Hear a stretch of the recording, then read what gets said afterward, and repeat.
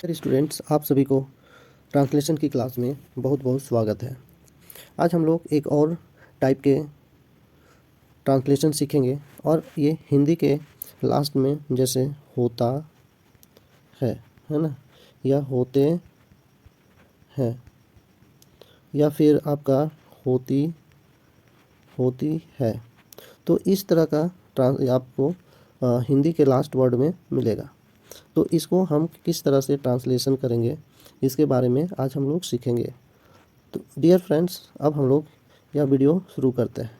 हाँ दोस्त, अगर आप हमारे चैनल में पहली बार विजिट कर रहे हो तो हमारे चैनल को सब्सक्राइब करें और इस वीडियो को लाइक करें ताकि हमारी वीडियो की नोटिफिकेशन आप तक सबसे पहले पहुँचे। दोस्त, अगर आप हमारी ट्रांसलेशन की क्लास में पहली बार हो तो मैं आपको बताना चाहूँगा कि हमारे प्लेलिस्ट में जाएं और वहाँ पे और भी इस तरह की ट्रांसलेशन की वीडियो पड़ी हुई है, वहाँ पे देखें और वहाँ से आपको बहुत कुछ सीखने के लिए मिलेगा। और इस ट्रांसलेशन की क्लास में मैं डे वाइज बना रहा हूँ, जिससे कि आपका क्या हो, आप बेटर अंडरस्टैंडिंग करें और छोटे से बड़े स्तर पे मैं आपको ट्रांसलेशन करने की नियम और प्रैक्टिस करवाएंगे, अगर आप मेरे साथ कंटिन्यू रहते हैं तो। डियर फ्रेंड्स, तो अब हम लोग यहाँ पे ये आपको की वर्ड मैंने बताया, होता है, होते हैं, होती है, तो ऐसे और भी कोई वर्ड है और भी कुछ वर्ड है, वो हम लोग ट्रांसलेशन के माध्यम में अभी प्रैक्टिस के ये में देख लेंगे। तो डियर फ्रेंड्स, अब हम लोग शुरू करते हैं। तो पहला है आपका साधु दयालु होते हैं, है ना। तो साधु का इंग्लिश क्या होते हैं, जैसे बताया तो होते हैं, तो हैं, तो साधु होते हैं। तो यहाँ पे क्या होगा, सेंट, है ना, यहाँ है तो यहाँ पे सेंट्स होगा। यहाँ पे SAINTS, सेंट्स आर क्या है, दयालु होते हैं। तो यहाँ पे दयालु का इंग्लिश क्या होता है बच्चे, काइंड। यहाँ पे काइंड लिखेंगे, सेंट्स आर काइंड, तो ये दयालु होते हैं।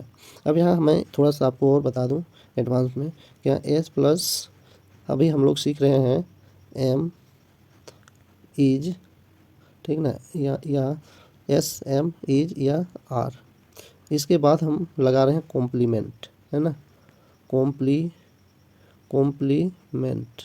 तो कॉम्प्लीमेंट का मतलब क्या होता है, चाहे वहाँ पे नाउन आएगा या फिर आपका एडजेक्टिव आएगा, इसके अलावा कुछ नहीं आएगा। तो ये भी एक सेंटेंस का पार्ट होता है। तो अगर आप विश्वास नहीं है तो बहुत सारे मैं अपने एक्सपीरियंस में देखा कि अच्छे टीचर भी को भी थोड़ा इसकी जानकारी नहीं होती है। ये देखने में छोटा है लेकिन इसकी जानकारी नहीं होती है कि कॉम्प्लीमेंट क्या है, और आपका सब्जेक्ट ऑब्जेक्ट और कॉम्प्लीमेंट में उनको देखें पूछेंगे तो वो आइडेंटिफाई नहीं कर पाते हैं। तो डियर फ्रेंड्स, मेरे साथ रहें। अगर आपको मेरे साथ प्रैक्टिस करना है तो हमारे चैनल को सब्सक्राइब करो ताकि आपको सबसे पहले हमारी वीडियो की नोटिफिकेशन आप तक पहुंचते रहे। नेक्स्ट सेंटेंस है आपका गाय नेक होती है ना। तो गाय का इंग्लिश क्या होता है, काउ। तो क्या लिखेंगे, cow is gentle, cow is gentle हो गया। बिल्ली फुर्तीली होती है, तो बिल्ली का इंग्लिश क्या होता है, कैट। तो आपको ये छोटा छोटा सेंटेंस है लेकिन इसमें वही रूल है जो बड़ा है, और छोटा से ही हम बड़ा बनते हैं। तो पहले आप छोटा जानेंगे तो बड़ा खुद ऑटोमेटिक बनता चला जाता है। तो इसलिए हम लोग को बेसिक टू एडवांस की ओर जाना चाहिए, मतलब इजी टू हार्ड की ओर जाना चाहिए ताकि आपको ज़्यादा समझ में आए। अगर आप सीधा हार्ड में ही चले जाएं तो आपको उतना ज़्यादा अंडरस्टैंडिंग और ज़्यादा समझ में नहीं आता है। इसलिए सीखने का जो विधि है इजी टू हार्ड की ओर जानी चाहिए, ना कि हार्ड टू इजी की ओर। तो कैट है यहाँ, cat is active, cat is active, तो ये आपका हो गया। नेक्स्ट है आपका बच्चे, नेक्स्ट है गरीब ईमानदार होते हैं। तो ये कितना अच्छा सेंटेंस है आपका, गरीब ईमानदार होते हैं। तो गरीब का क्या होगा, मतलब गरीब लोग, तो द पुअर, है ना। देखो अब यहाँ अंतर है, पुअर मतलब गरीब होता है लेकिन द लगा दिए तो गरीब लोग, ठीक ना। गरीब लोग क्या होते हैं बच्चे, ईमानदार होते हैं। गरीब लोग, the poor, poor are, the poor is honest, तो यहाँ लिखेंगे ऑनेस्ट, है ना, ऑनेस्ट मतलब गरीब लोग ईमानदार होते हैं। किसान परिश्रमी होती है, तो क्या होता है, हार्ड वर्किंग, परिश्रमी, या लेबोरियस भी लिख सकते हैं। तो यहाँ पे क्या होगा, किसान, the farmer the farmer is क्या होते हैं, लेबोरियस, लेबोरियस, ठीक ना, laborious. The farmer is laborious या हार्ड वर्किंग भी बोल सकते हो। नेक्स्ट है आपका आम मीठा लगता है। तो क्या होगा इसका, आम मीठा लगता है कि मतलब होता है, ठीक ना, या होता का सेंस है, ठीक, कि आम मीठा होता है। तो the the mango is sweet, the mango is sweet होगा। नेक्स्ट है बच्चे आपका घोड़े और कुत्ते वफादार होते हैं। तो the horse and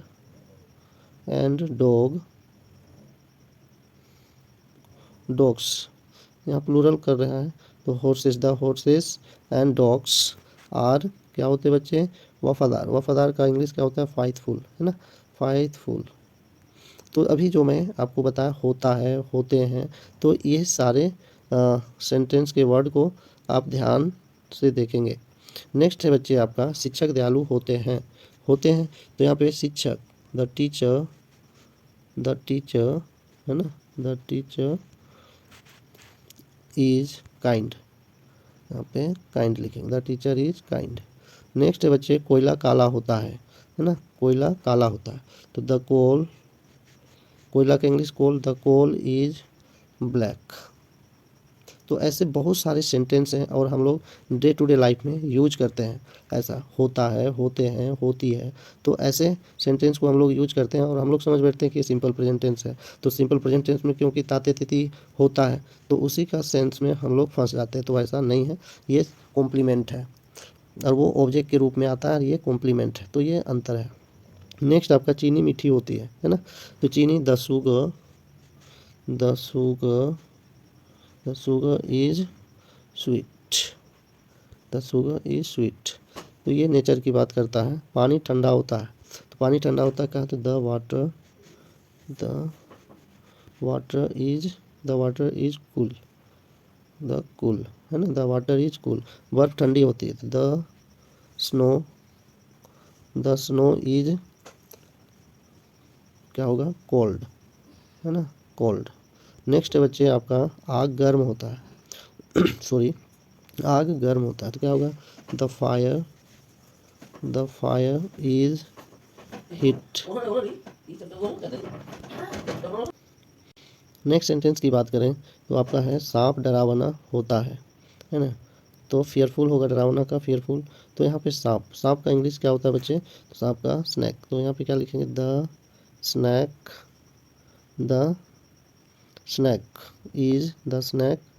is fearful, है ना। नेक्स्ट है आपका भारतीय किसान मेहनती होते हैं। तो यहाँ पे क्या लिखेंगे, the Indian farmer is laborious या hard working, is hard working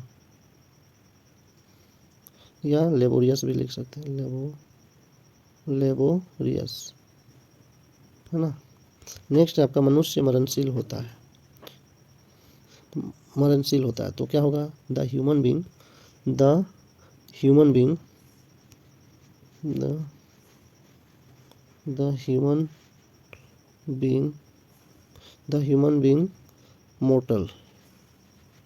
mortar, है ना। नेक्स्ट है आपका सिंह मजबूत होता है, मतलब the lion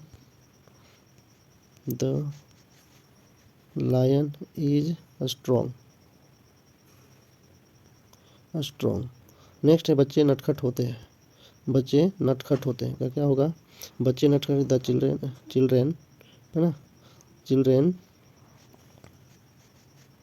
children are naughty,